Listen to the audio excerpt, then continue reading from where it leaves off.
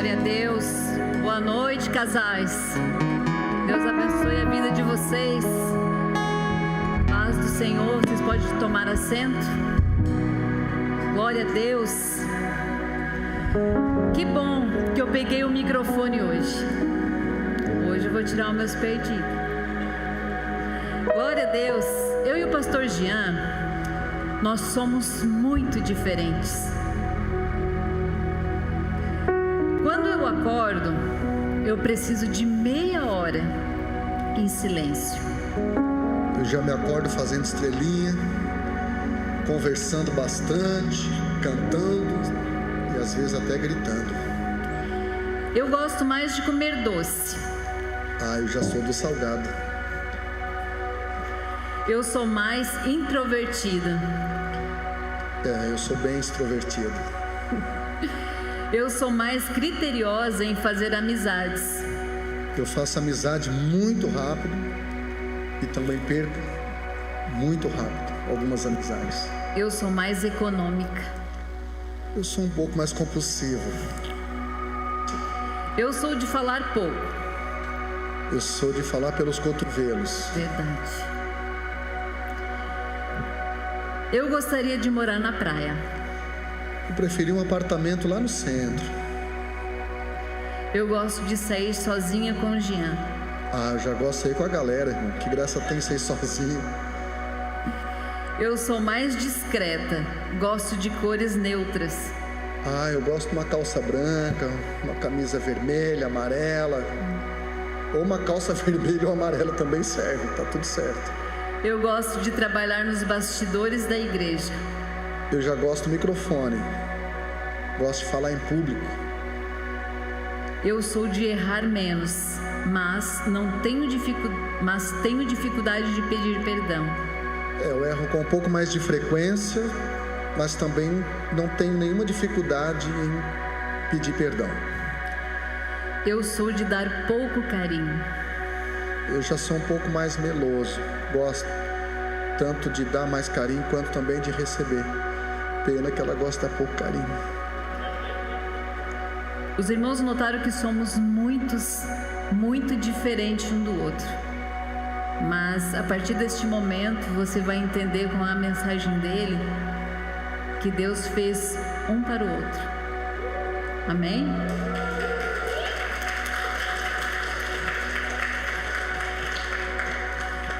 Boa noite, casais. Paz do Senhor. Seja bem-vindo ao nosso culto de casais. Eu tenho certeza que a sua vida será impactada nessa noite. Amém? Amém? Glória a Deus. Abra sua Bíblia comigo na primeira carta do apóstolo Pedro, capítulo 3, versículos 1 até o 7. Primeira carta do apóstolo Pedro, capítulo 3, versículos 1 até o 7. De todos os apóstolos, dos 12 apóstolos, o Pedro se mostrou o mais afoito.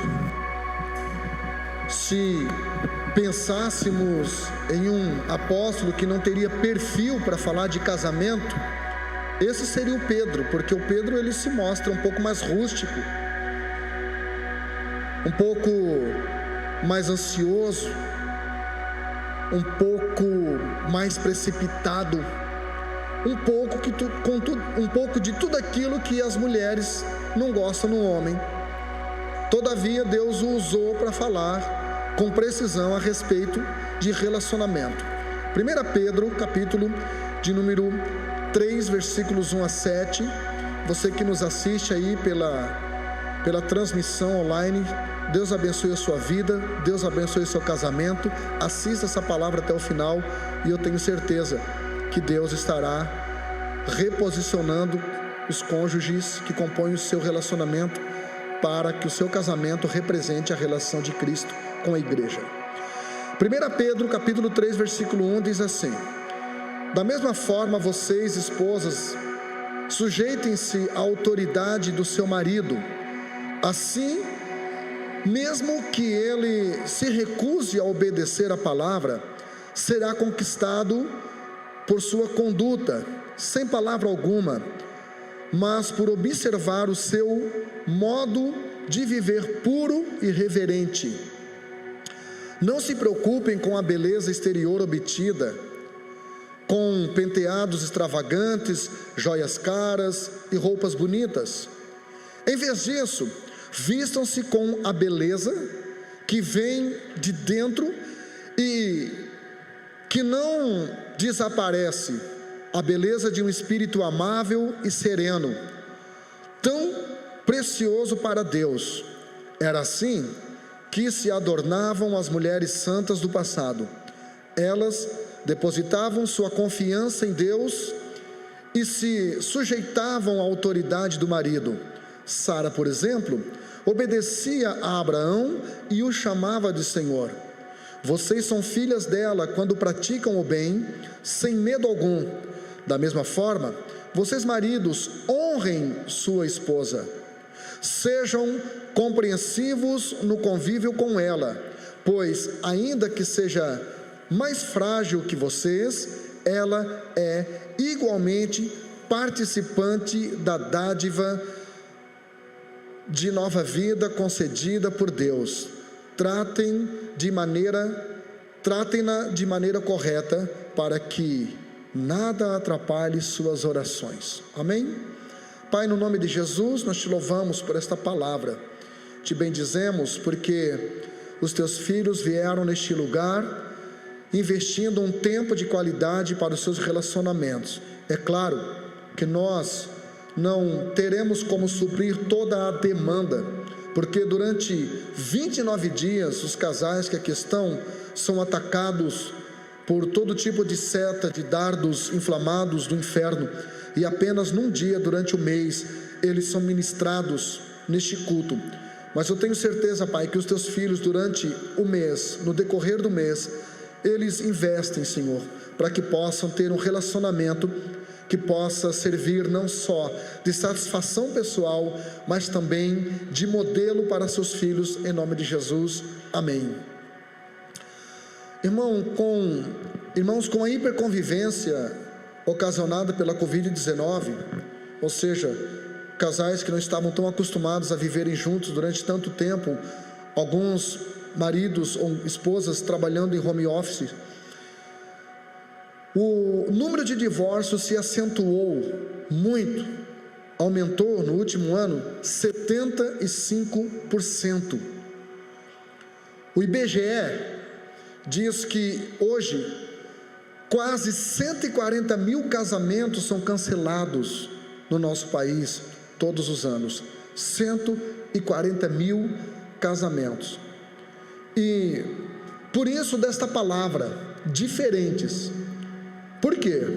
Porque a incompatibilidade de gênio é a segunda maior causa de separação entre homens e mulheres, perdendo apenas para a crise financeira, ficando atrás da disfunção sexual.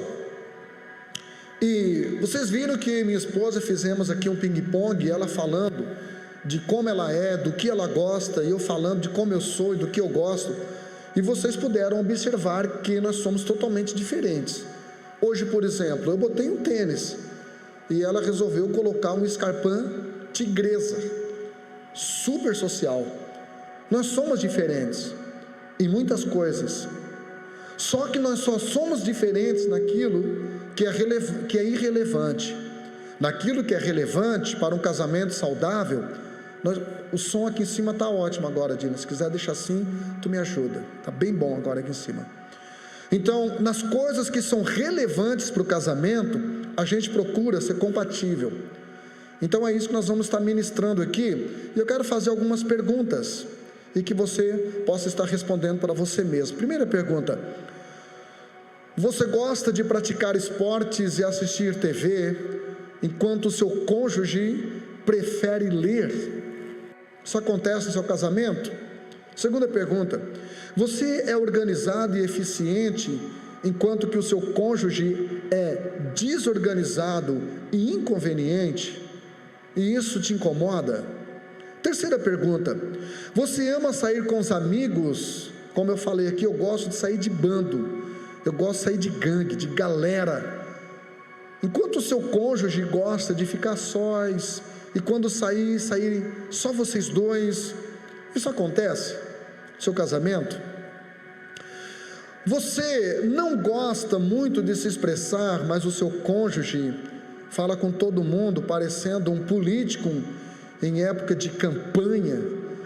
Você vai no centro com ele, uma ida que era para demorar 1 hora, demora 3, porque ele cumprimenta todo mundo, conversa com todo mundo, e isso acaba te irritando um pouco.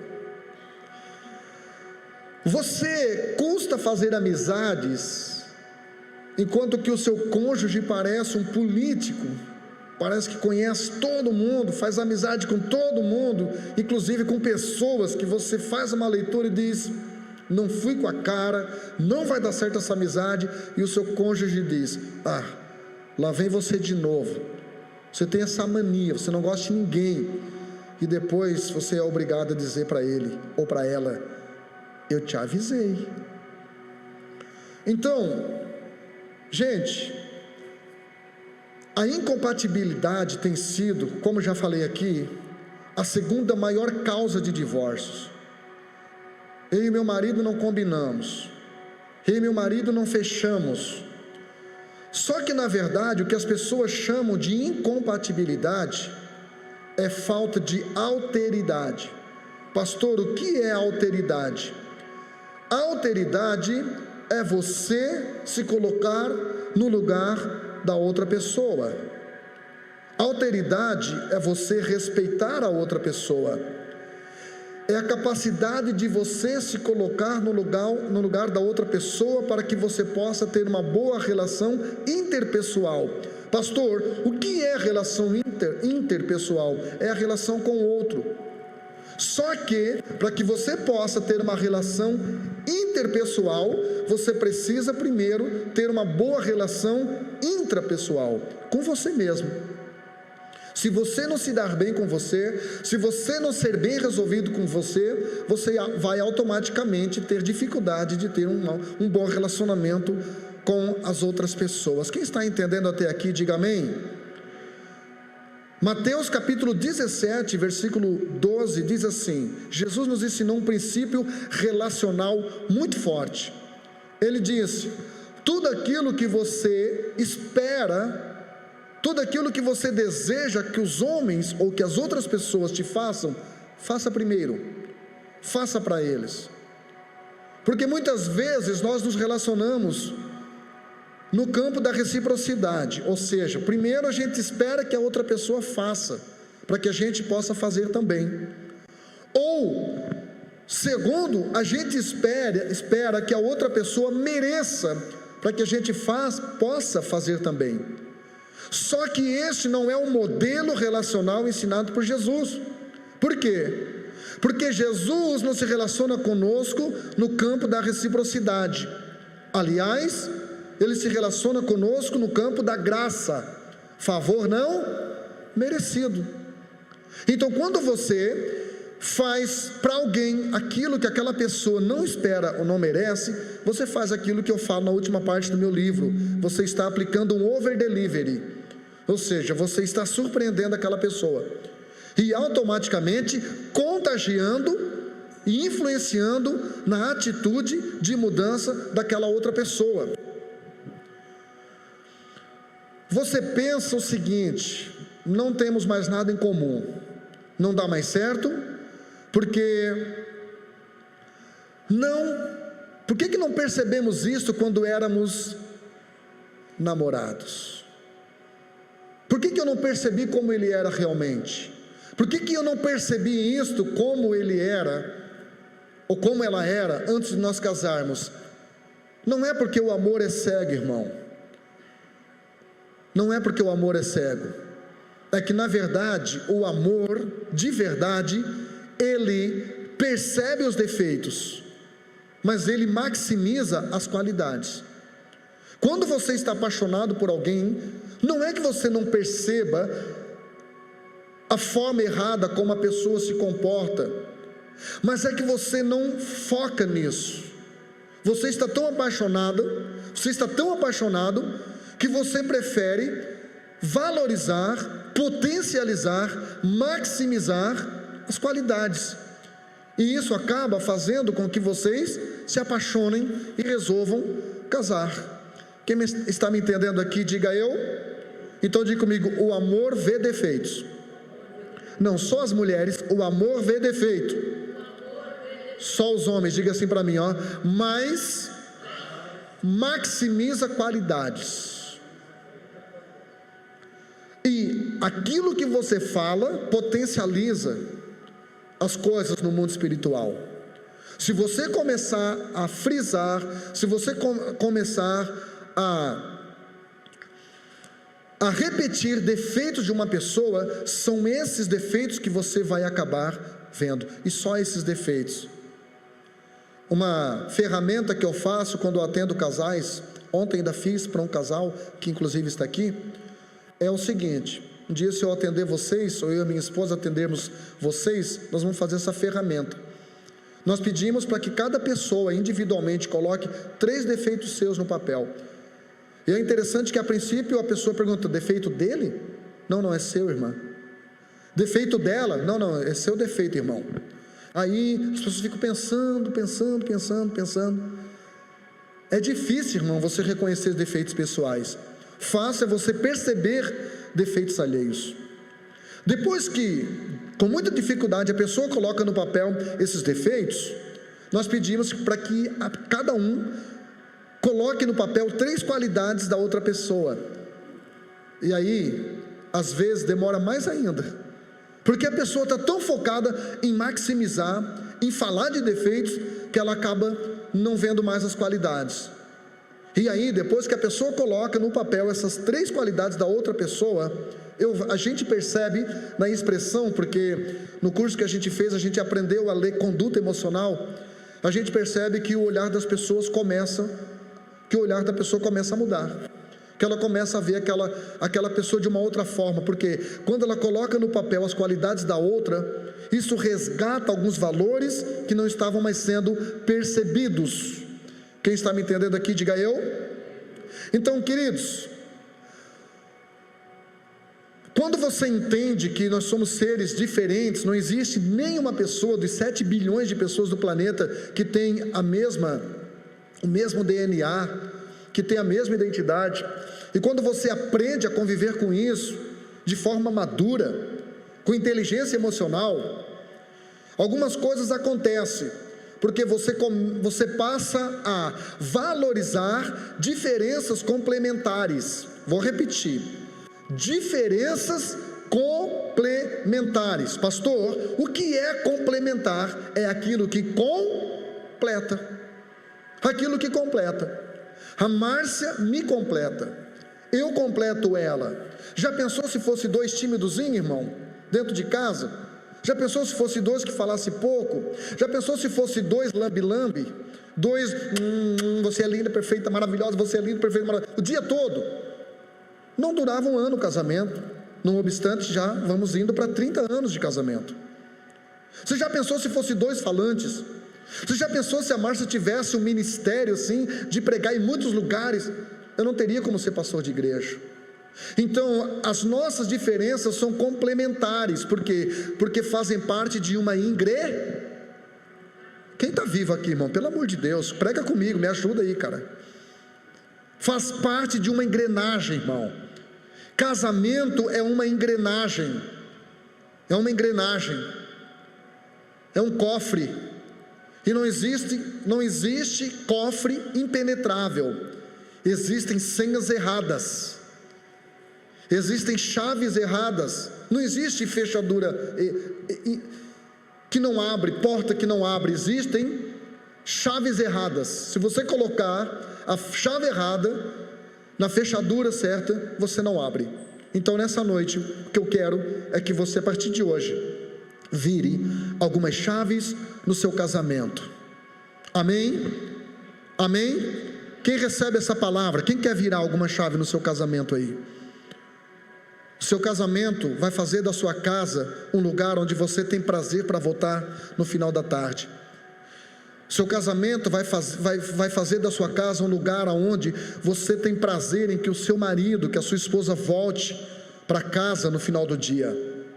Então, gente, as diferenças podem ser úteis. Seu jeito de fazer as coisas talvez seja bom, mas isso não significa que é a única forma ou a melhor forma de você fazer as coisas. Sabe qual é a melhor forma de fazer as coisas? Do meu jeito, na minha visão, no meu pensamento, na minha cabeça. E até pode ser a melhor forma de fazer as coisas, mas não é a única forma de fazer as coisas.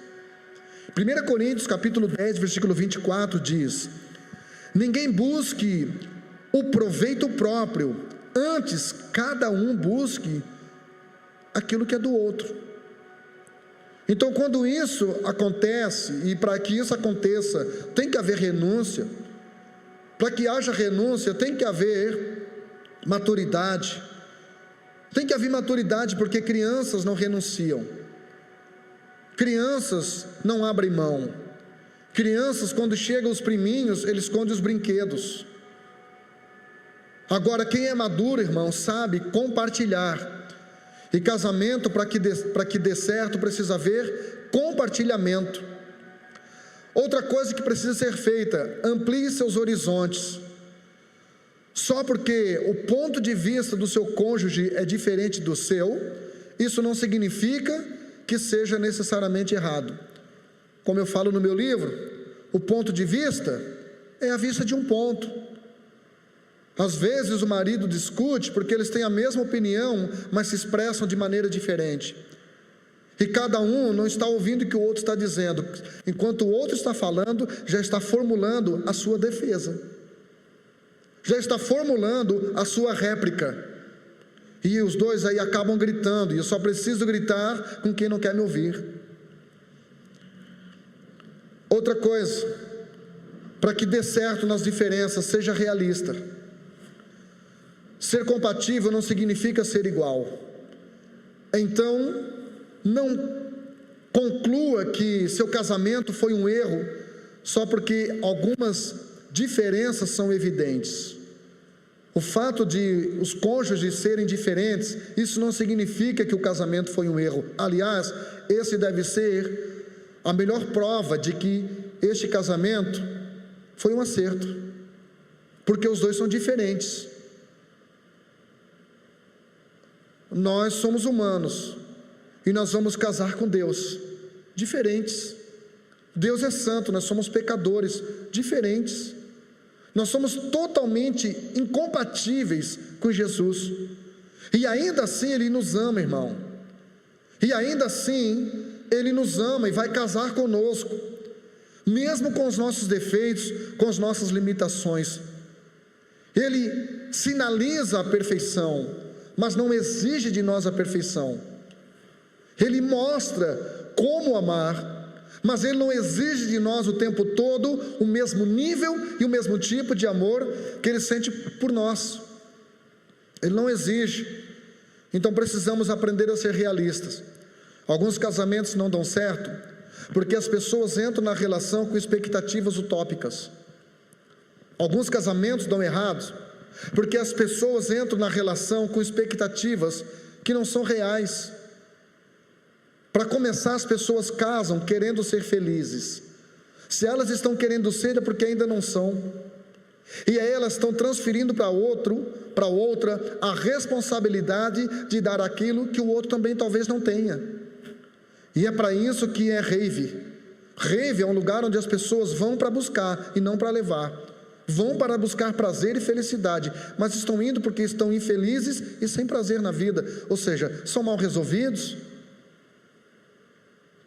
E aí o homem, a mulher entra no casamento achando que o homem vai melhorar. Ele não vai, irmã.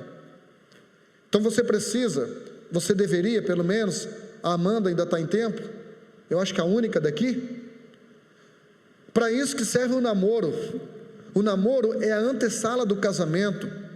O namoro é aquela salinha do dentista, que você escuta o barulho da broca e decide, entro ou não entro.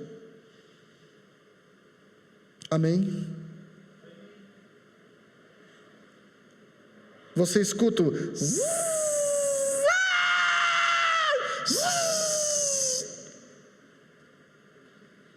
aí você decide, irmão, ou continua com o dente cariado, continua com o dentinho podre, ou entra para fazer um tratamento, continue com o dentinho parecendo uma espiga de milho, amarelinho, ou entra para fazer um clareamento. Você que decide. Casamento é isso, e isso não precisa nem usar a Bíblia para entender algumas coisas. Freud explica, isso é freudiano. Freud disse, quem ama sofre, e quem não ama adoece. Pergunta para o seu cônjuge aí, eu vou perguntar para a minha linda lá, o que você prefere, amar ou adoecer? Sofrer ou adoecer? Pode perguntar isso, por favor?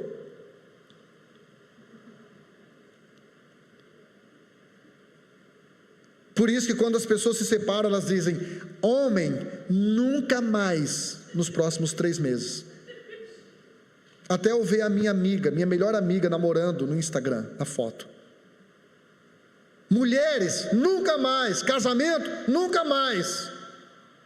Até ele conversar com a turminha do futebol e ouvir que o pessoal está passando o rodo geral. Então, irmão, você é um ser relacional. Você nasceu para se incomodar. Você nasceu para se ralar. Amém? Quero ver se você é bom agora para dizer para o seu cônjuge aí, ó, você nasceu para se ralar. A palavra relacionamento é halal, no grego, que vem da palavra ralar. Alguém aqui já se ralou, irmão? Já raspou o braço no muro? Já foi jogar futebol descalço e deixou a pelanca do dedo? Parte de você ficou no objeto, parte do objeto ficou em você. E isso é relacionamento. Relacionamento deixam marcas. Amém? Efésios 4:2 diz, sejam sempre humildes e amáveis, tolerando pacientemente uns aos outros em amor. Vou ler de novo, era para você ter dado um glória aí, irmão. Sejam sempre humildes e amáveis, ou seja, irmão, só os humildes amam, os orgulhosos se apaixonam por um período, usam a pessoa, chupam como uma laranja e depois jogam o bagaço no lixo. Se incomoda quando a mulher deixa de ter seio e passa a ter teta. Se incomoda quando o marido deixa de ser um cabeludão com gel e passa a ser baixinho, careca e barrigudo. Só pessoas que não amam, que não são humildes, que se incomodam com isso. Mas aqui o Paulo está dizendo, sejam sempre humildes e amáveis, tolerando. Pastor, eu estou tolerância 0. Por que casou?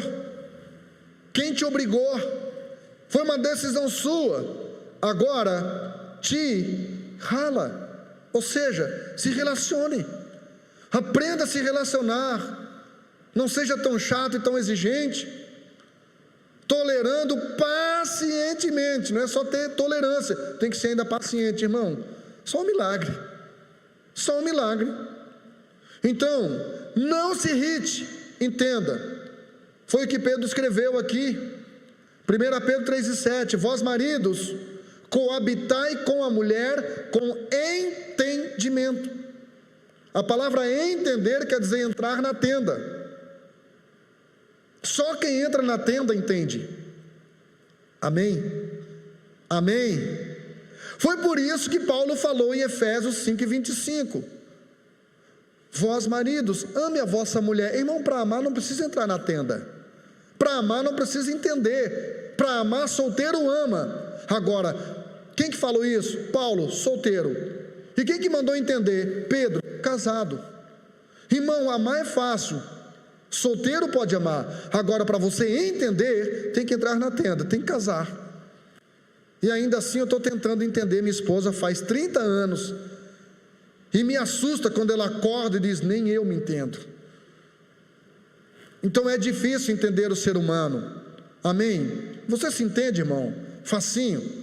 Tem vezes que passam os pensamentos na minha cabeça que eu digo, eu não acredito que eu estou pensando nisso, eu não acredito que isso ainda mexe comigo, eu não acredito que eu ainda fico brabinho com isso, eu não acredito que eu perco a estribeira com isso. Então, irmãos, nem eu me entendo. Como é que eu vou entender minha esposa? É difícil, mas Pedro está dizendo, coabitar com ela com entendimento. Algumas diferenças são muito sérias, e não dá para colocar debaixo do tapete. Eu não vim aqui dizer para você tolerar tudo, eu não vim aqui dizer para você se anular, eu não vim aqui dizer para você, não, agora eu vou aceitar que ele seja diferente mesmo. Não, irmãos, existem algumas diferenças que ameaçam a própria vida, existem algumas diferenças que ameaçam a família, que ameaçam os sonhos da outra pessoa. Então existem algumas diferenças que são muito sérias, e que você não deve aceitar. Vou te dar um exemplo. O marido que é agressivo verbalmente, fisicamente, isso não dá para tolerar, não dá para suportar. Mulher que fica o tempo todo agredindo, Dira, dá um pouquinho mais de retorno para mim, por favor. Mulher que fica o tempo todo agredindo o marido verbalmente, ou que às vezes até se prevalece da Maria da Penha para agredi-lo fisicamente, isso, irmão, é uma diferença que não dá para suportar. Aliás, isso é crime.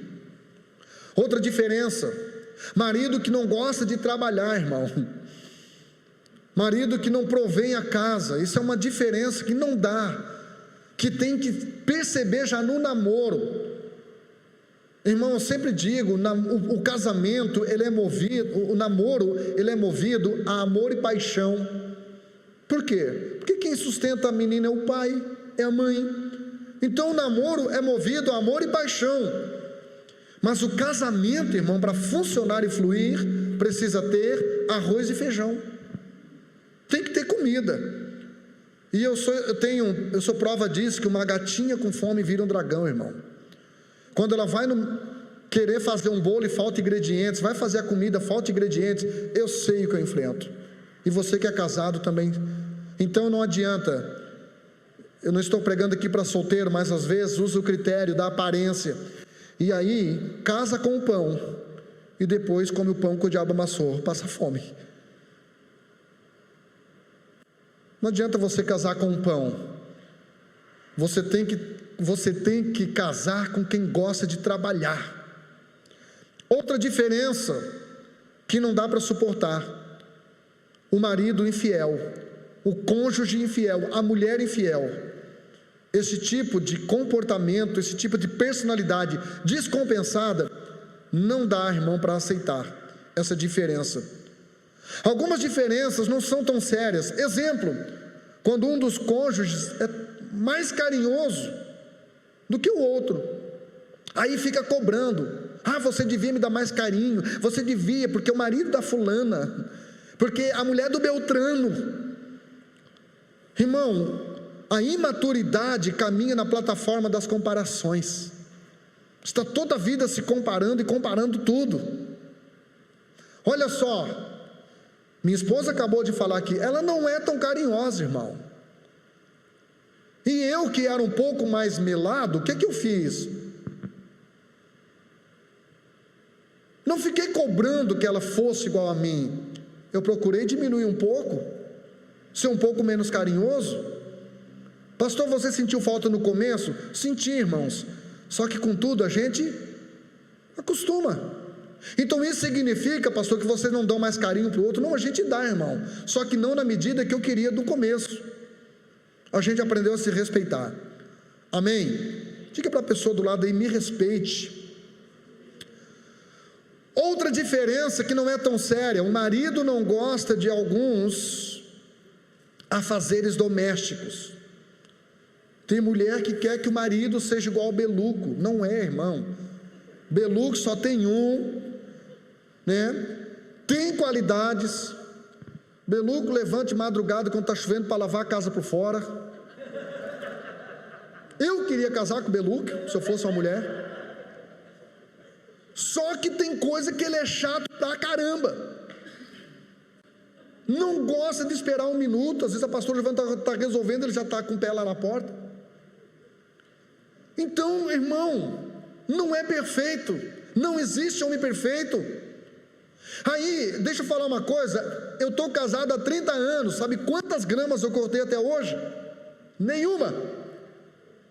No começo a Márcia não aguentava, deixa que eu corto, e eu pegava o livro e ia ler. Sabe quantos chuveiros eu já troquei até hoje, em 30 anos de casado? Nenhum. Eu tenho medo de levar choque até com o contador desligado, irmão. Só que eu pago para cortar grama. Fica atrapalhando o cara, puxando assunto ainda, conversando e braço cruzado. Não sou obrigado a gostar de cortar grama. Não sou obrigado a saber trocar chuveiro, irmão. Até para trocar uma lâmpada eu tenho medo. Bobear eu pago 10 anos. Não, vem cá, 10 aqui só para... Isso não faz de mim uma pessoa desqualificada. Não faz de mim um marido ruim. Simplesmente eu não gosto. E pronto, e pago. Pago para lavar carro. Não gosto de lavar carro, odeio. Hoje o cara lavou o meu carro. Quanto é que deu, irmão? 30. Eu digo, pega 35, irmão. Não gosto de lavar carro, odeio lavar carro. Então, irmã, não force seu marido a ser como um marido das outras. Aceite as diferenças. Terceira diferença, não tão séria. A esposa não é relaxada. Só que ela não gosta de estar lambendo a casa o tempo todo. Ela não é a louca da faxina. E não adianta você dizer, viu a casa da tua cunhada, por que não casou com a tua cunhada? Eu ensinei a minha esposa a não ser a louca da faxina. Minha casa não é suja, mas não é lambida o tempo todo. A gente tem neto, a gente tem criança, a gente tem filhos que sujam. Ela tem eu que sujo também.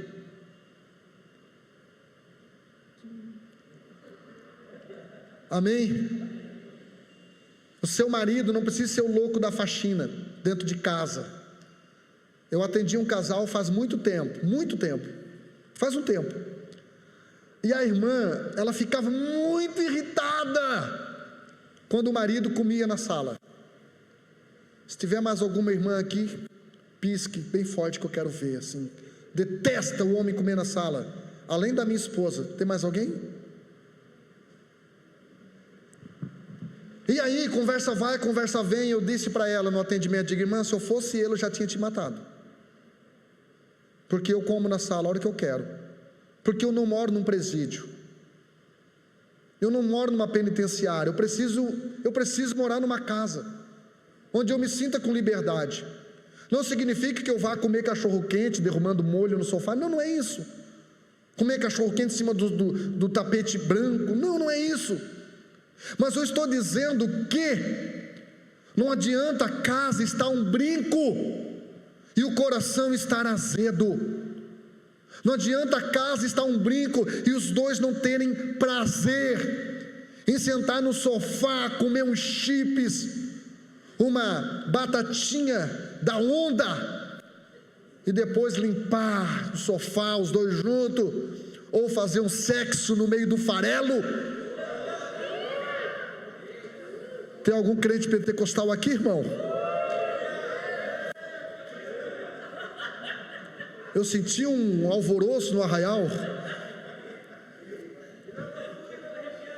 Existem algumas diferenças que só são implicações e mais nada. Alô? Só implicações. É só para pegar no pé. É hábito. Quando não tem nada para brigar, acha alguma coisa irrelevante para encher o saco. Muitas diferenças são irrelevantes. Por exemplo, em detrimento de uma criação distorcida. Meninas que foram criadas só por mães. Criação distorcida sem o modelo masculino.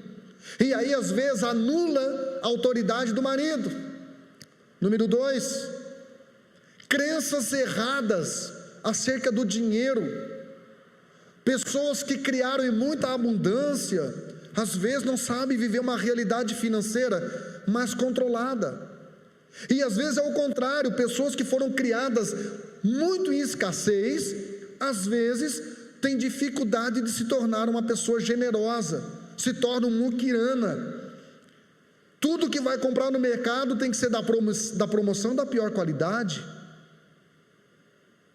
Vai trabalhar de carro, de guarda-chuva, e deixa o carro na garagem para não molhar o carro dia de chuva. Crenças que nós criamos na nossa infância. Pensa numa pessoa, o pastor Jean, que só percebeu isso quando fez o curso de coach, que ouvi quantas crenças limitantes eu tenho acerca do dinheiro. Por quê? Porque eu cresci ouvindo: o dinheiro é sujo, o rico não vai para o céu. Então, tudo isso foi criando crenças. Eu lembro que uma vez, no começo do casamento, eu comprei 2 lotes, eu comprometi toda a renda do mês, na prestação desses 2 lotes, e a minha esposa olhou para mim e disse: legal, agora a gente vai comer terra. Sabe por que eu fiz isso? Porque em todo o período de 20 anos que eu fiquei morando com a minha mãe, eu nunca vi ela ir no supermercado e fazer um rancho. Minha mãe vivia de ganhar coisas dos outros, restos dos outros, onde ela trabalhava fazendo faxina, e eu me acostumei com essa escassez. E aí a gente corre o risco de ir para um outro extremo. Como eu tive muita escassez, agora eu viro um esbanjador. E eu já falei aqui que o dinheiro é o primeiro pivô no nível de separações. É a crise financeira, depois vem a incompatibilidade e depois a sexualidade. Outra diferença que não passa de implicação: manipulação. Pessoas que são controladoras, pessoas que são manipuladoras, querem controlar o outro o tempo todo, fazem chantagem emocional, porque não sabem conviver com suas diferenças. Não existem 2 pessoas completamente iguais na face da terra, irmãos. Não existe 2 pessoas com a mesma identidade, com a mesma personalidade. Às vezes o problema não é a diferença, às vezes o problema é o excesso de exigência. Se nessa noite entrou alguém aqui dessa forma, algum casal aqui dessa forma, que estava a ponto até mesmo de uma separação, de uma ruptura matrimonial, porque acha que os 2 são muito diferentes, deixa eu falar uma coisa: o problema não é ser diferente, o problema é não ser convergente. São os 2 não perceberem que Deus usa seres diferentes para um propósito convergente. Que propósito convergente é esse, pastor? O meu e o seu casamento representar o relacionamento de Jesus com a igreja. Este é o padrão, este é o modelo. Depois que eu aprendi isso, que para o meu casamento dar certo, eu tenho que ser Jesus e minha esposa tem que ser igreja, tudo mudou. Porque aí ela entendeu que ela vai construir o marido no nível da submissão dela, como diz que Sara era submissa ao seu marido e chamava-lhe de Senhor. Só que nesse universo feminista, pastor, eu chamar o meu marido de Senhor e ser submissa? Sim. Isso só não acontece ainda porque o teu marido ainda não entendeu o que é submissão, que é estar debaixo de uma missão. Quando a sua missão ficar bem clara, bem definida para a sua mulher, com certeza ela vai se tornar submissa. Por outro lado, o homem, ele constrói a mulher na medida do seu sacrifício, Efésios 5:25, como Cristo amou e se entregou, morreu por ela. Morreu por ela. Os maridos precisam morrer. Nossa vontade precisa morrer. Nossas crenças limitantes herdadas da nossa infância ou dos impactos emocionais que nós sofremos na nossa construção da personalidade, isso precisa morrer, querido. Isso precisa ser colocado no pé da cruz. E nós venhamos olhar para o nosso melhor modelo relacional, que é Jesus. Que é Jesus. Que é Jesus. Então existem diferenças reais. Por exemplo, os homens fazem uma coisa de cada vez, enquanto que as mulheres fazem várias coisas ao mesmo tempo. Se um homem estiver fazendo a barba, e dependendo do tipo de assunto que a mulher puxe, o fazendo pensar, ele se corta. Porque nós homens fomos programados para fazermos uma coisa de cada vez, enquanto que as mulheres foram programadas para fazerem várias coisas ao mesmo tempo. As mulheres dizem coisas que dizem as mesmas coisas que o homem, mas que têm significado totalmente diferente. Exemplo, quando a minha esposa, eu pergunto para ela: o que tu acha de eu fazer tal coisa? Geralmente nós maridos, nós perguntamos isso para a mulher, já sabendo a opinião dela, sim ou não? Se é real, dá uma piscadinha para mim, assim, sem dar sinal para ela aí do lado. A gente já sabe a opinião dela, aí ela diz o que para a gente? Pode fazer, não tem problema. Esta é uma linguagem subjetiva, que não quer dizer isso, pode fazer. Ela está querendo dizer: faça o que você sabe que eu gostaria que você fizesse. E aí depois você não vai ouvir de mim o eu te disse, eu te avisei, eu te falei. E o pior, irmãos, que essas mulheres, eu acho que Jesus gosta mais de mulher do que de homem, porque geralmente ou elas estão certas ou nós estamos errados. Pegou? Que bom. Então, irmãos, a mulher, ela é diferente também na interpretação não verbal. Segundo a psicologia, as mulheres são melhores que os homens em interpretar linguagem não verbal. Ou seja, irmão, não minta para sua esposa, irmão, porque só no você desviar o olho do olho dela, ela já sabe. Quantas vezes você já chegou feliz em casa e ela começou a te rodear assim, ó?